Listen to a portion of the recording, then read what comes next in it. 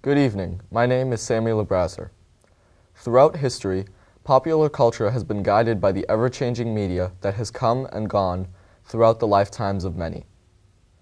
During the turn to the 20th century, film was becoming a remarkable art form that would dazzle audiences around the globe. Charlie Chaplin, born in London, England on April 16, 1889, is perhaps the most celebrated actor, director, and producer of the time period. Chaplin was well suited for the progress he made in film. His father was a renowned vocalist and actor. His mother, who was known by the stage name Lily Harley, was an actress and singer who established her own reputation in opera.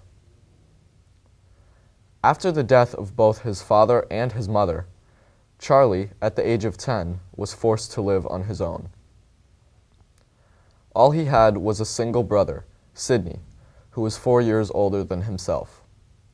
The siblings inherited natural talents from their parents and saw the stage as their best opportunity to pursue a career. Charlie's debut as a member of a juvenile group called the 8 Lancashire Lads rapidly won him reputation as an excellent tap dancer. At the age of 12, Charlie acted in a stage show as Billy, the page boy, in support of William Gillette in Sherlock Holmes.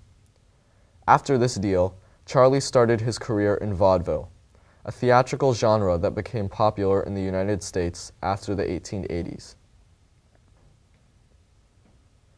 This brought him to the USA in 1910 as a featured star in the Fred Karno Repertoire Company.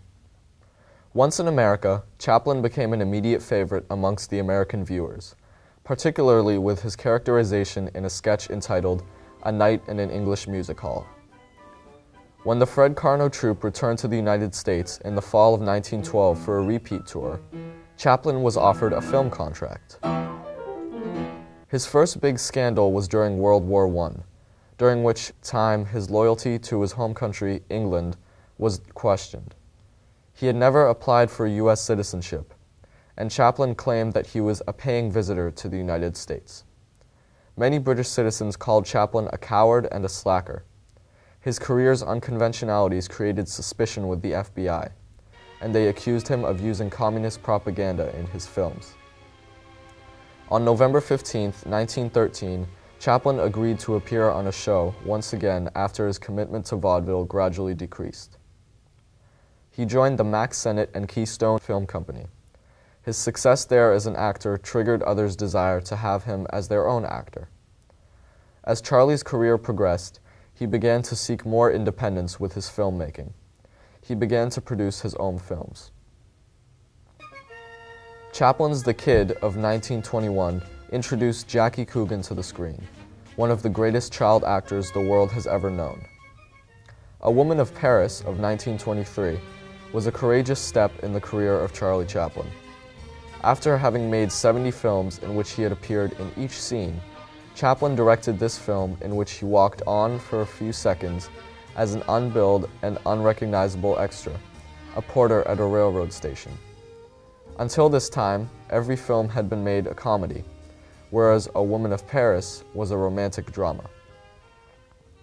Chaplin's The Great Dictator was one of his most unique works. It featured a great speech in which Chaplin stepped outside the world of comedy and into the world of drama. He speaks with a brave certainty that he has ideas that can change the world. It was a brave slap in the face to all of the world's dictators. Even now, my voice is reaching millions throughout the world. Millions of despairing men, women, and little children, victims of a system that makes men torture and imprison innocent people. To those who can hear me. The Circus of 1928 won Chaplin his first Academy Award, the award later called the Oscar. He was given it at the first presentation ceremony in 1929, but in 1964 this was a film he preferred to forget. The reason was not the film itself, but the deeply fraught circumstances surrounding its making. The inscription reads, "To Charles Chaplin, for the incalculable effect he has had in making motion pictures the art form of this century." Chaplin has become more than a name.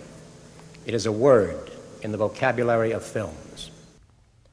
Chaplin, despite embracing the technological achievements of sound processing in the 1920s, preferred to continue making silent films, although he eventually did face pressure to include sounds in his films. In some of his struggles and successes, Charlie Chaplin was an exceptional actor and director.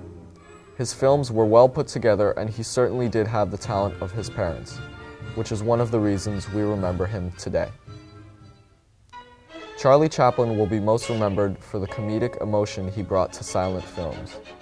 Although many of his own films had no dialogue, the production was a work of genius due to his adept acting and directing skills, which will outlast innumerable lifetimes.